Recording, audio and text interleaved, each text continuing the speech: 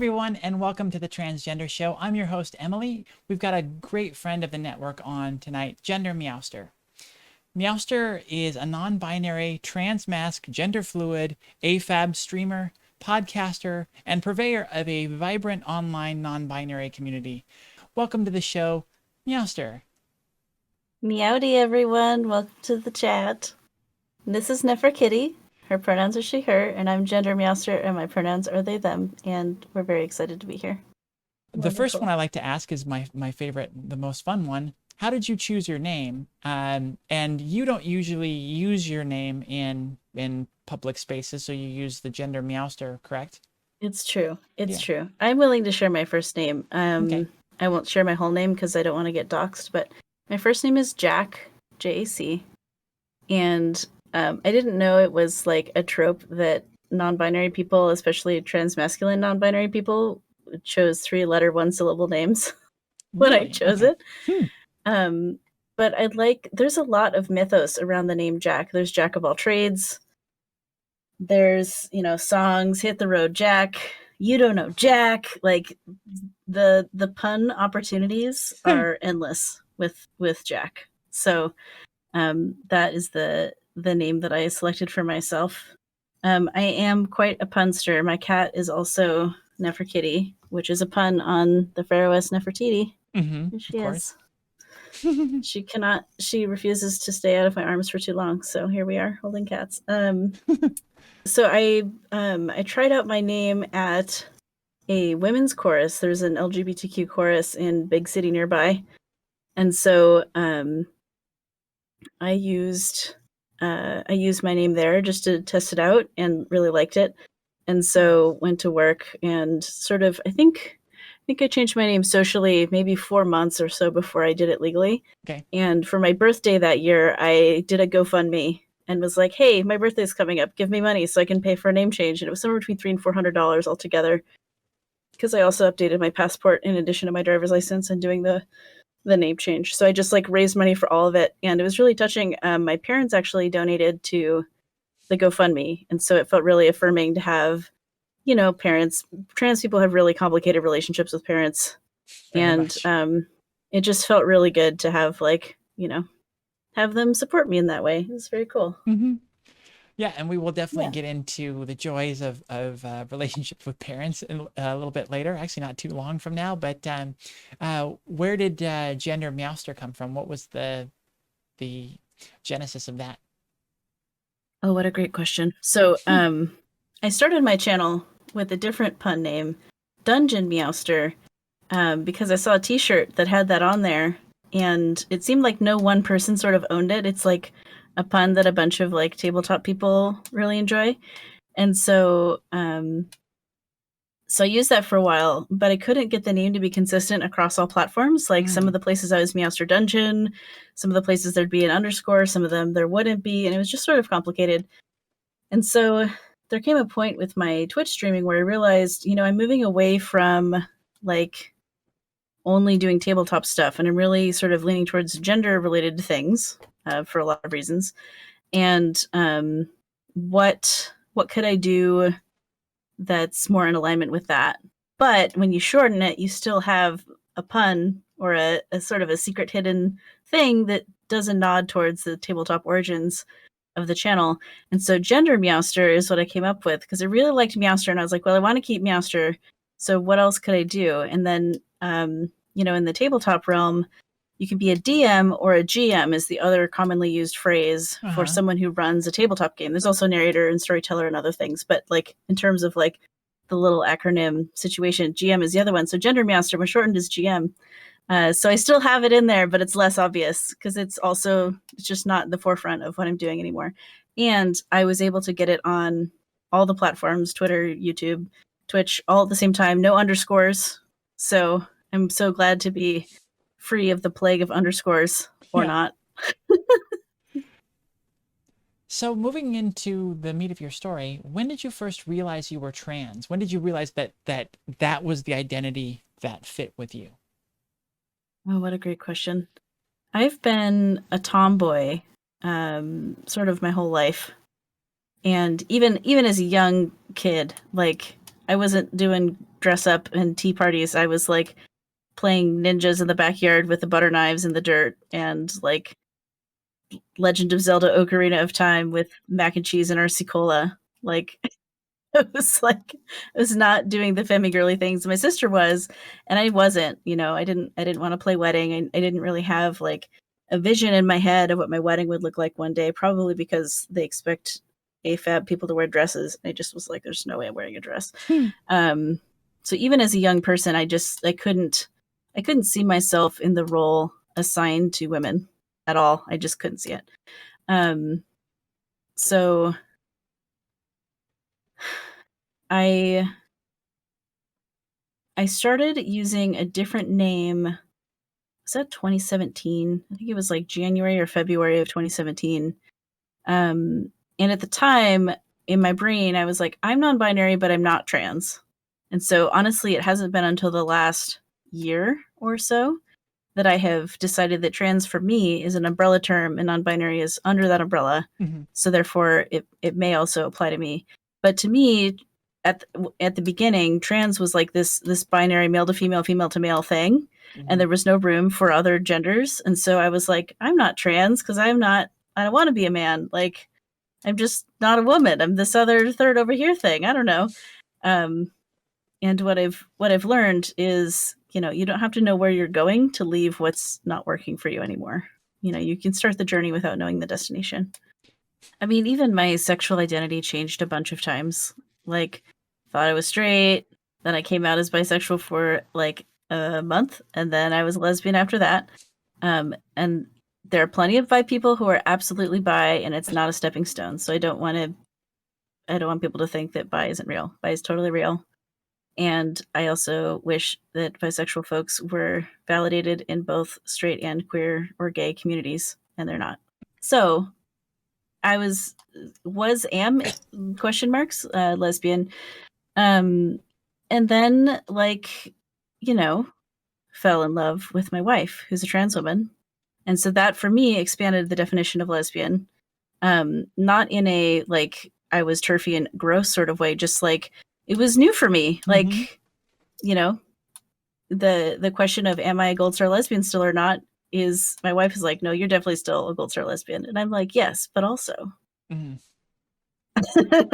that's one of those things too, you talk about the fact that there's something, the gold star lesbian and the derision that the community, but that both straight and gay communities have expressed towards bisexual folks, and I think that the trans community does with non-binary people a lot of the time. Have you kind of experienced some of that in the non-binary identity with the trans community?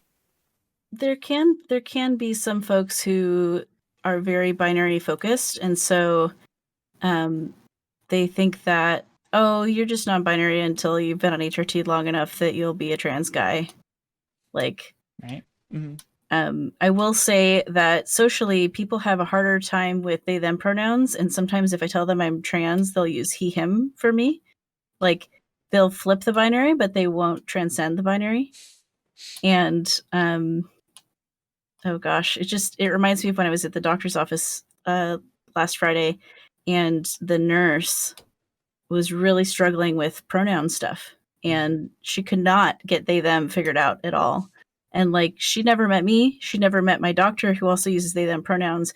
And so because her perspective is binary, like, she starts from a different place. Her perspective starts from A or B, and for me, my perspective starts at neutral. And from neutral, then we add pronouns and people tell me, am I this, am I that? But a lot of folks who are cisgender, especially, they don't start from neutral, they start from an assumption. Yeah. And so, oh, it's so hard. I got that excuse. It's such a common excuse. Oh, pronouns are so hard. They, them is so hard. And I'm like, no, it's not. You're just sort of an asshole. Yeah, I think if you want to give more slack in it, I think people are just lazy. I think societally we like to stick to the easiest path, and it's just like, yeah, the most familiar is the correct and the easiest. Yeah. So what I would love to see is a new normal where we start from neutral. And then we use they, that, you know, she, her, he, him, z, them, whatever other neopronouns people might be using from a place of neutral. You know, from a place of, I'm not going to make assumptions about your identity because I don't know what they are. Yeah. You know, raw pronouns. Was there a specific event or, you know, coming to terms with things that was the egg crack moment for you? Oh man, I wish I had a good answer to this question. Maybe I do. I feel like I have always been non-binary. Looking back, I honestly just felt like my dead name didn't suit me, and my pronouns didn't suit me, and it was subtler than that.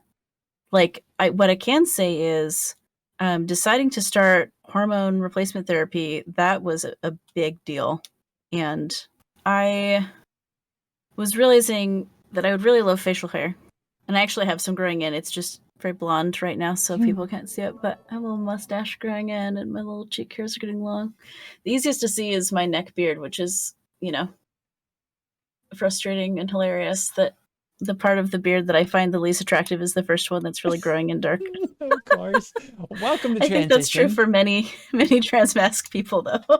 Oh, great to know. The worst part starts first. Okay. Yeah. Yes. So, yeah. So I thought about it for a long time, and honestly, my wife and I got married, and then a week to 10 days later, I forget which of those two numbers, 7 or 10.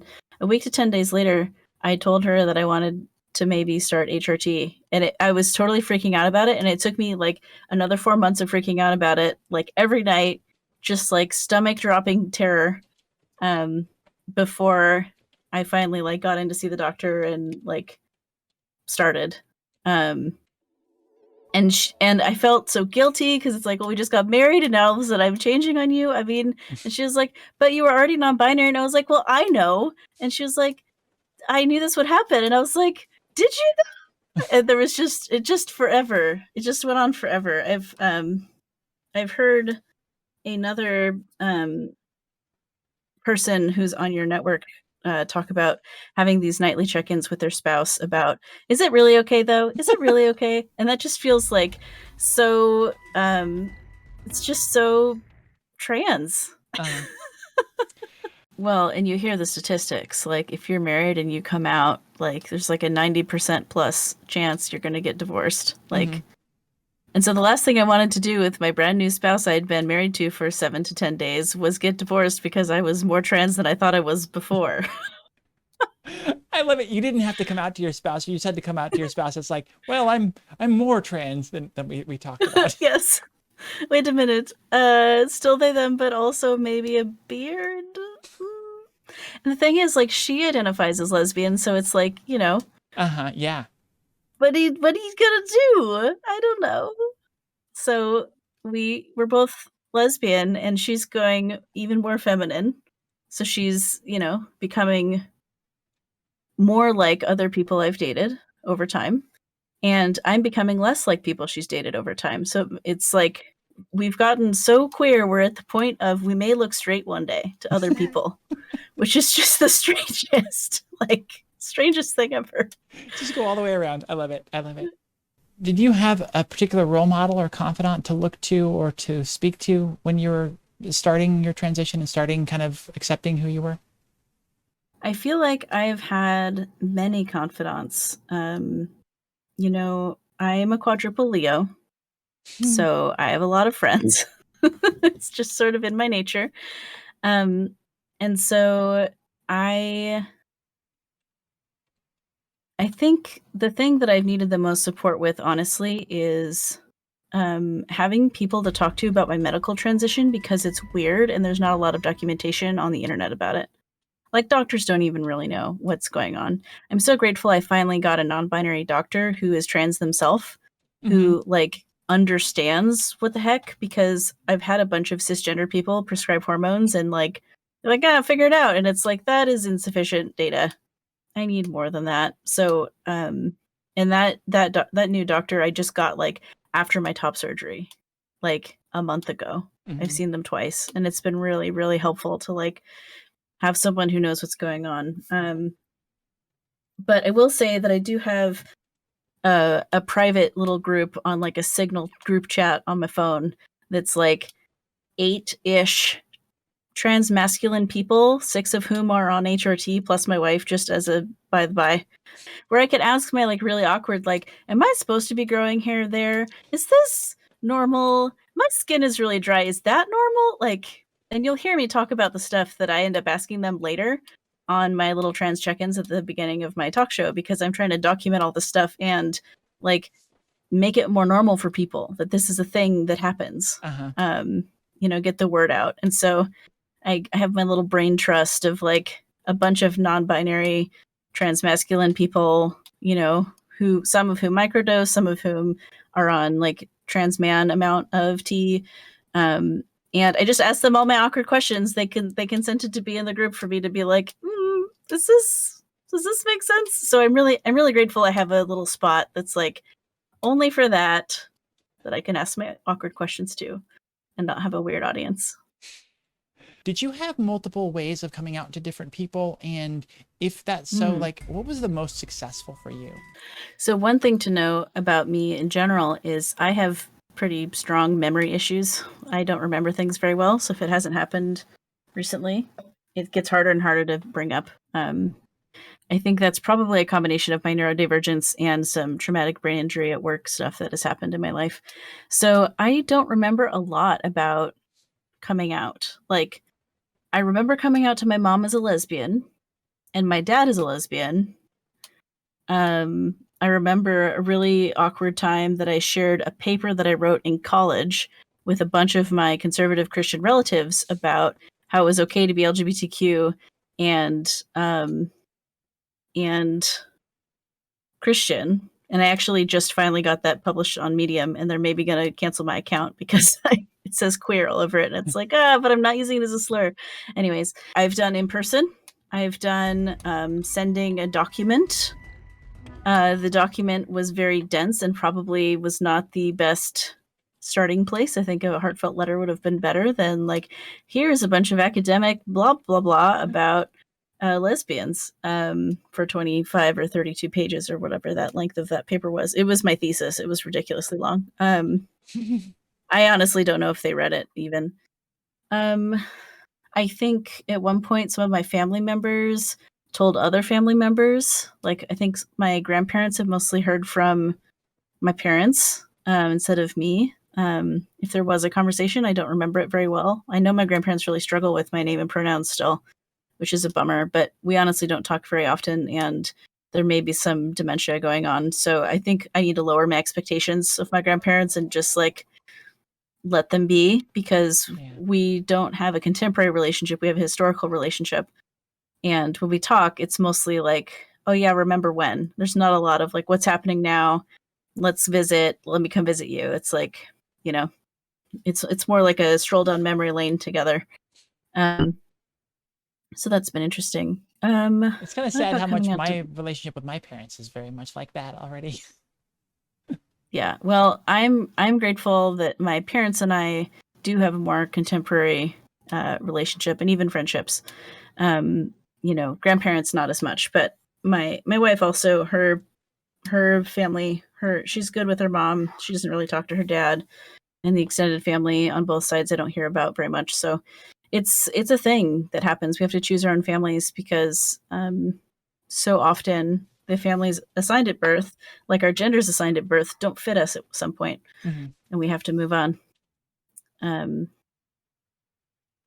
Yeah, I don't know. I feel like there might be more to answer your question, but I think, because I came out as non-binary with new name and pronouns so many years before I started HRT, there wasn't like a big celebration or hullabaloo about when I started HRT. Mm-hmm.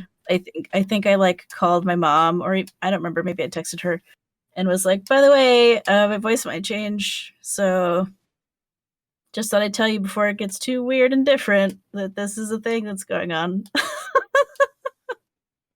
Well, she actually has been on my show. We've talked about it at length, what it's like for her being a parent of a trans person and what that experience was like, and it was a good chat.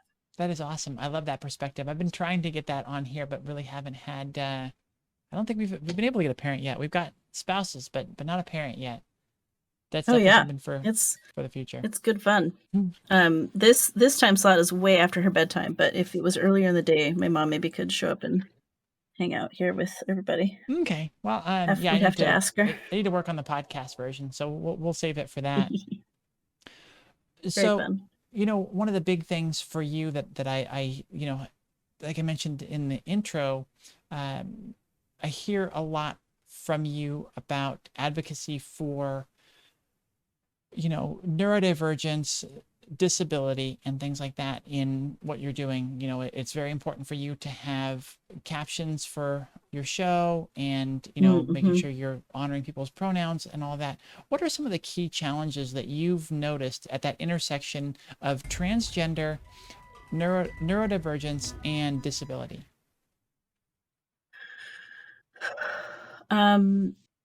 A vast majority of trans people are also neurodivergent in some way. Often it is autism or ADHD or both. There are huge barriers to getting formal assessments to be diagnosed as ADHD or autistic. It's like the waiting list can be 6 to 12 months, and the cost, if you pay out of pocket, can be between 6 and 10,000 US dollars just Oh, for one person to get assessed. Because it's a lengthy process over multiple days, and there's a bunch of you're exhausted after. I've heard. I actually have the frankly luxury of getting an assessment done starting the middle of next month. The person who's doing it actually went to continuing education when I was like, "Hey, I'm pretty sure I'm both autistic and ADHD. Can you deal with that? Like, are you ready for that?" And this person is like the most highly recommended um, like person who does assessments for autism in the big city nearby. And so she actually hadn't done a lot of continuing ed for that and decided to go and do it. So we've pushed out when my assessment is so she can go do this continuing ed, like, I don't know, last week or this week or sometime. Because even though the community is realizing, wow, there's a ton of overlap, the providers are still behind, right? Like, if people need research to then do continuing education, then they're always going to be a couple years behind the cutting edge of what's really happening in the community and the realizations that's going on. mm-hmm. And so I'm grateful that she has been really clear with her communication and willing to do that.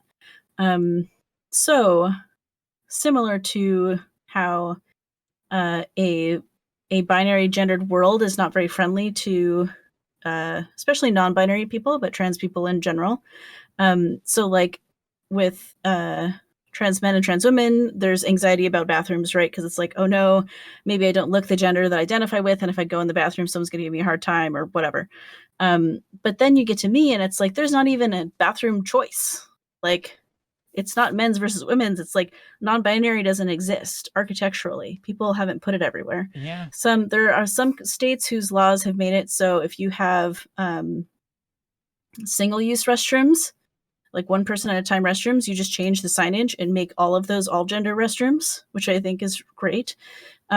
There are some restaurants in my town that are out of compliance with that city ordinance or state guideline or whatever. And so sometimes I'm like, oh, this is one of those places that I'm a little bit less safe because they're not willing to update their signage, even if local law says that there should be signs. My wife actually has a solution for this, which is just one restroom for everyone with floor to ceiling walls and doors, and buy urinals forever, and just everyone has a toilet, just like at your house. Mm-hmm. And a centralized hand washing spot, and that's it. Like one room that everyone uses, the end. So anyway, but so just like there are a lot of ways that society is not accommodating to non-binary people, society is not accommodating to disabled people or neurodivergent people.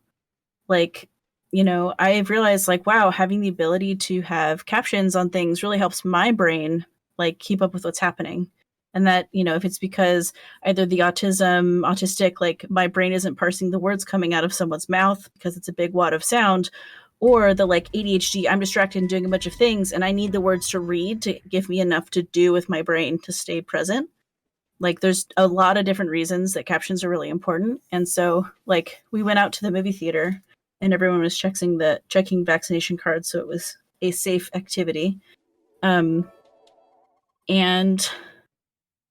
like there was no captions at the movie theater. And I was like, wow, it's been a long time since I've watched a movie with no captions. And it was significantly harder for me to like understand what was being said. And I realized, this is the first time in a while I haven't understood all the words of dialogue. Like there's just stuff I missed, and because there's no captions to double check against, it just dropped out of my head. There's just a lot of ways that I would say the overculture, to borrow a word from Thorncoil, who is a pagan activist based out of Oregon. There's a lot of ways that the overculture does not make accommodations for people along lines of gender identity, ability, and like physical ability and mental ability. Neurotype really is what it is.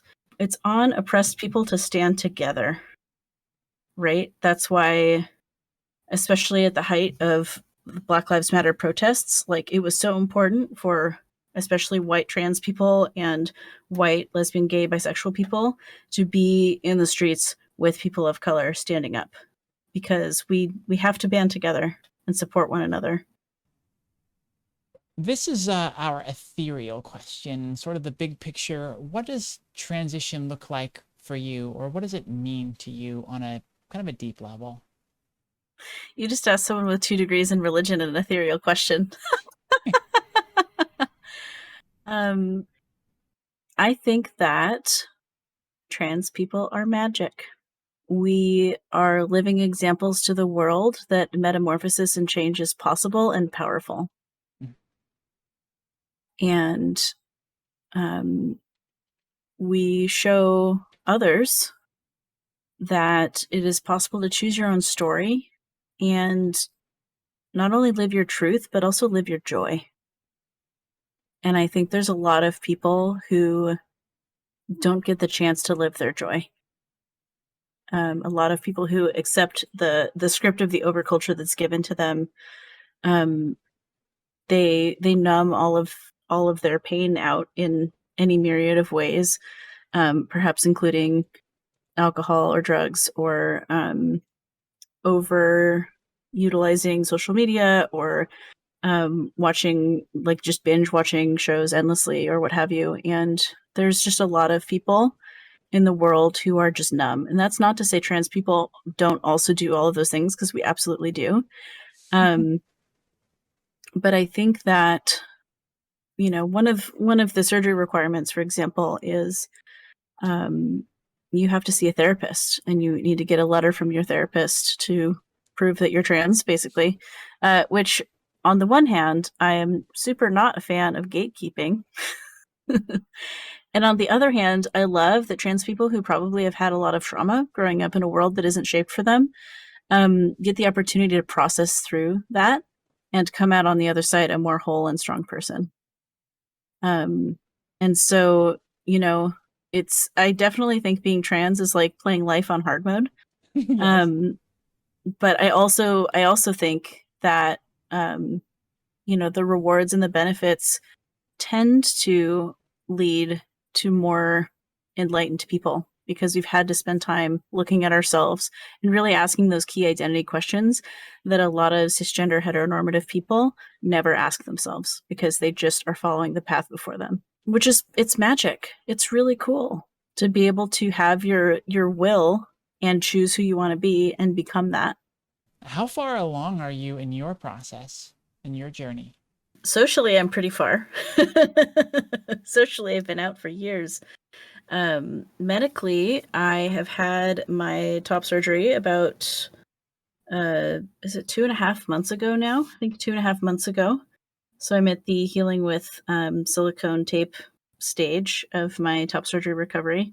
Okay. I'm also at the, when I put bowls away too high and too deep in the cupboard, I still have ouch pain. But for the most part, I'm back to, I can do everything. I've been on testosterone for 8 months and 2 weeks. And I only remember that level of specificity because I check in about it every week on my little talk show. And I'm still undecided on if I want any sort of bottom surgery. Like we'll see what testosterone does and how I feel about it.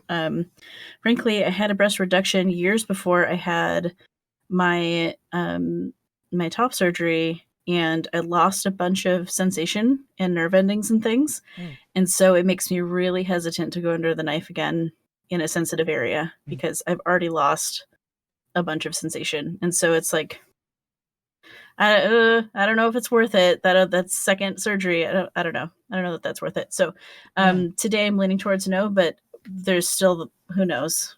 I don't know if that process ever ends. Maybe it does, but you know, my like future like physical transition goals includes like having a really nice beard that's full, that's grown in, and that I can manscape, if you will, or themscape. I would love to have a deeper voice too. I have a non-binary friend who's been on T maybe 2 years, and their voice is so like luxurious and deep, and I'm just like, I want to sound like you. You're so cool. They're in the UK, so it's extremely very late there. Maybe they're awake by now. I don't know.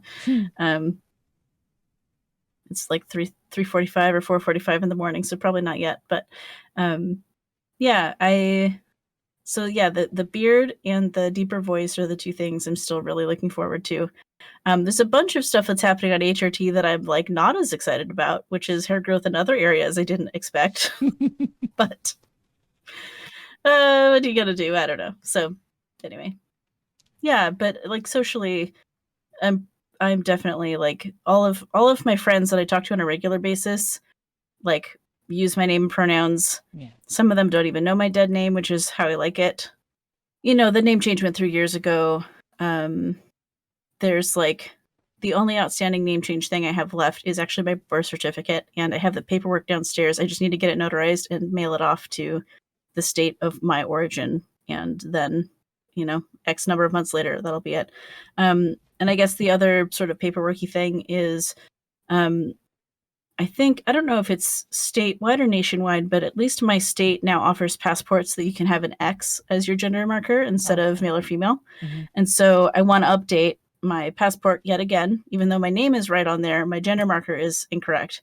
And so it's like, as the law is catching up to me, I have to go back and do rework on some of these pieces that I've already changed once because, you know, I need to change gender markers. So it never ends. It never ends.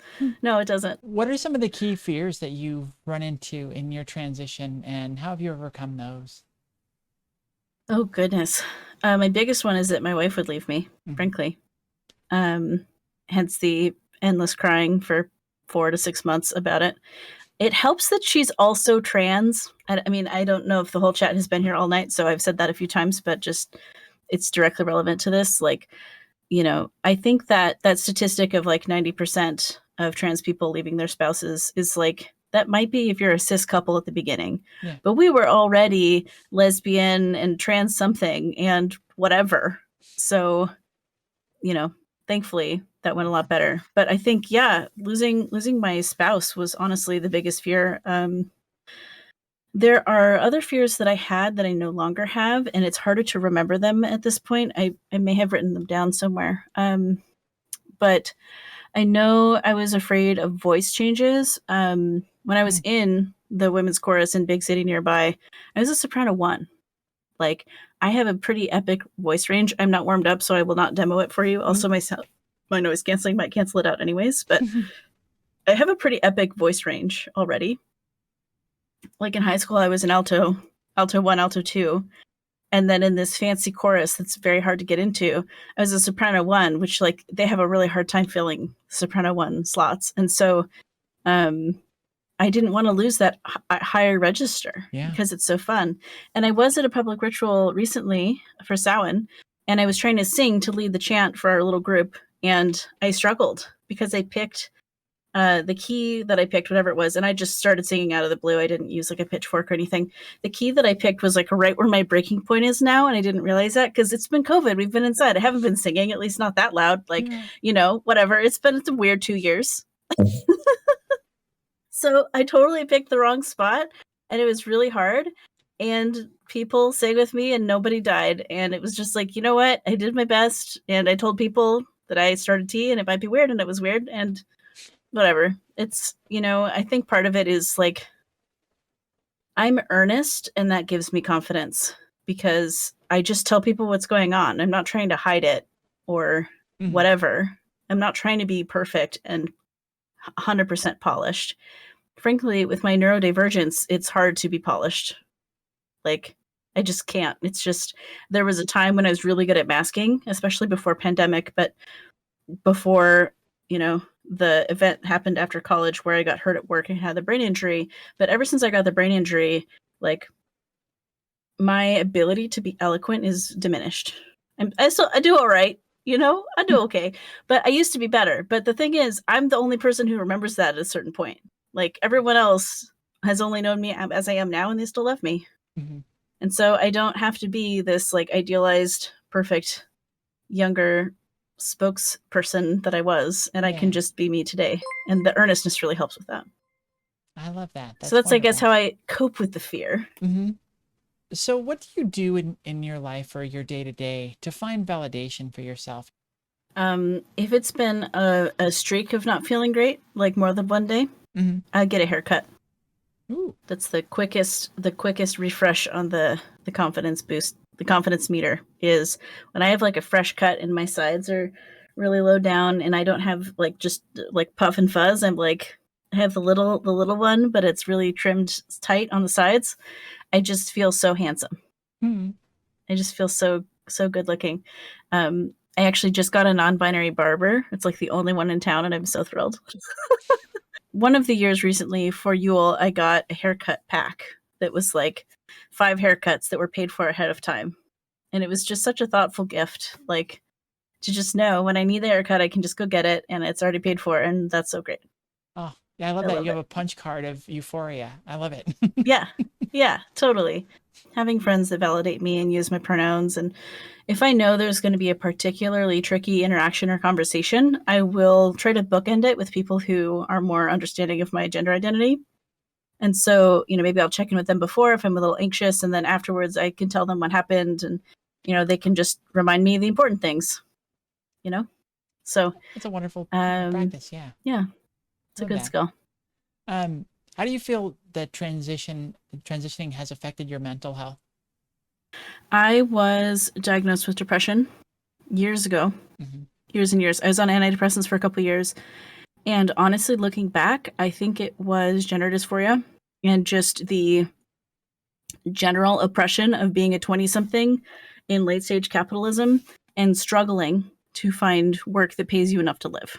Like, there's the systemic oppression of being in late-stage capitalism that I was dealing with as a, like, even with a master's degree, could not find a job worth having, like, just a bunch of really mediocre jobs. And honestly, it's because I'm neurodivergent, and a vast majority of neurodivergent people are either unemployed or self-employed. Like 70 to 80%, I think, fall into that category of self or unemployed because it's hard. Yeah. And so the exception that I have found in the like intersection of trans and neurodivergent community is like, especially trans women are so good at software engineering. Like, computers and trans women brains are like, yes, we get each other. And so it's just like, there's this little pocket. I think that must be the other 20 to 30% is like, and all the rest of them are software engineers with the trans girl socks and the computer skills and the struggles with social skills. And that's who I married. That's my wife. So, So once I started taking testosterone, the depression got easier to deal with.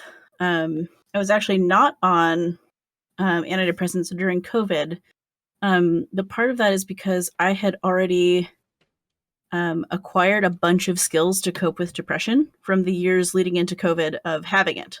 And so even though I was still, honestly, the anxiety was worse than the depression during COVID. There still is a ton of anxiety, but now that there's vaccines, it's way easier to deal with because it's no longer life and death. It's like inconvenient and discomfort or not instead of life and death, at least for me, right? People who can't get vaccinated or won't get vaccinated, it's still life and death for them. So I actually like got off of Facebook for a year because I was like, nope, this is too much. People are too side A or side B, and I just cannot. I like got laid off at work because I was so anxious I couldn't get out of bed with COVID. It was so bad. And so with all of that, when I started testosterone 8 months ago and change, the depression and anxiety got a lot easier to live with. It became more manageable. And so it was just this combination of overculture and dysphoria that was really crippling. And so now that I can be more proudly myself, right? Like I'm not doing the trans masc, hide your chest shape all the time. I can actually like sit up and be tall and proud and be me. It's just a lot easier to navigate the world, and I don't feel as terrified as I used to. Is there anything you feel you've been able to accomplish because of your transition or because of your identity? Oh, yes. I mean, I have a whole talk show. That's been amazing. I have a Discord community with over 400 people in it. That's been amazing. I've never run a community that's that big before, you know. I've run around in smaller groups, but never something of that size. I, you know, because of my wonderful spouse, the software engineer, I feel like I have a duty, like an obligation to do what I can to support other trans people as they are on their journeys, because my immediate material needs are already being tended to. I don't have to go to a 9 to 5 anymore. My wife makes enough for both of us, which is so weird. I never in my life thought I would marry someone who made enough for both of us. I never thought I'd be a house spouse. Like, that was not on my to-do list. I was so sure that as a lesbian, especially, both of us were going to have to work because of the pay gap between men and women. And so it just did not occur to me that this is what would happen. And so I really want to use that, frankly, privilege to elevate as many other trans people as possible. And so, you know, being able to do what is possible for others has been incredible. I don't have a tally or a count of how many little trans eggs have hatched in my community, but it's at least in the tens, if not, you know, closer to 100. Like, there's a lot of people whose lives have shifted and changed. And it's not just me who's making the community go. There's a ton of people who put in time and effort. I'm just the public facing person. But it's so amazing to not only have the community as a whole, but have a team of mostly trans people working together on facilitating and creating these spaces. One of us is sort of somewhere between egg mode and like demi-femme, but doesn't identify as trans. But for the most part, we're all gender something going on, which is it's so fun and great and wonderful, and rewarding to work with other trans people on this thing we all care about. So it's, you know, when I came out at that choir concert back in 2017, and I was a little scared shy, like, please use this name for me. I don't know. Like, I couldn't have imagined that this is where I would be 4 or 5 years later. It just was not within the realm of possibility in my head. So I can't wait to see where both of our communities are in 5 years. What is your favorite thing that you've learned through your journey?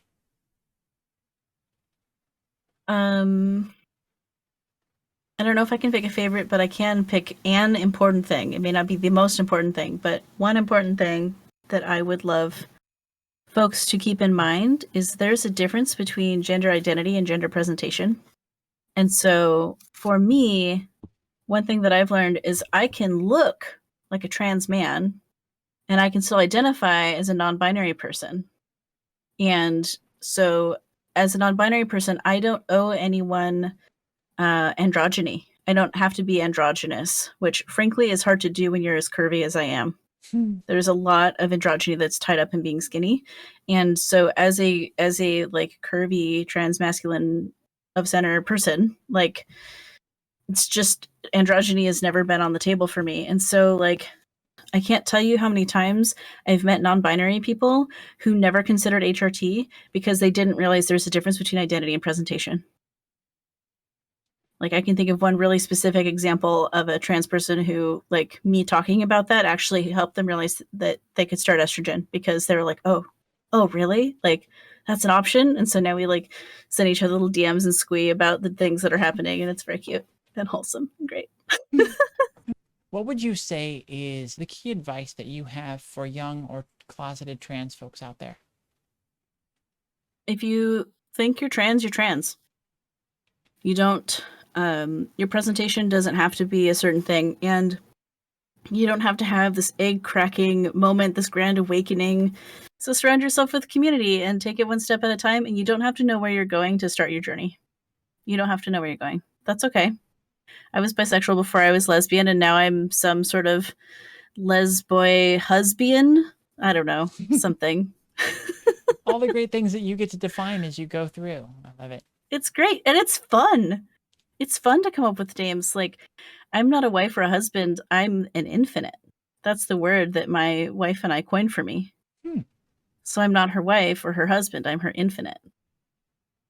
And it's so fun. Yeah. It's so fun. I love it. And we geek out about it in my Discord all the time. We're just like, here's this word I found. I made this thing up. It's so great. It's fun. So yeah, if you think you're trans, you're trans. That's it. Here's your stamp of approval. You are officially trans. You can keep freaking out if you want to, but you don't have to. Take a deep breath. We're here for you. We love you.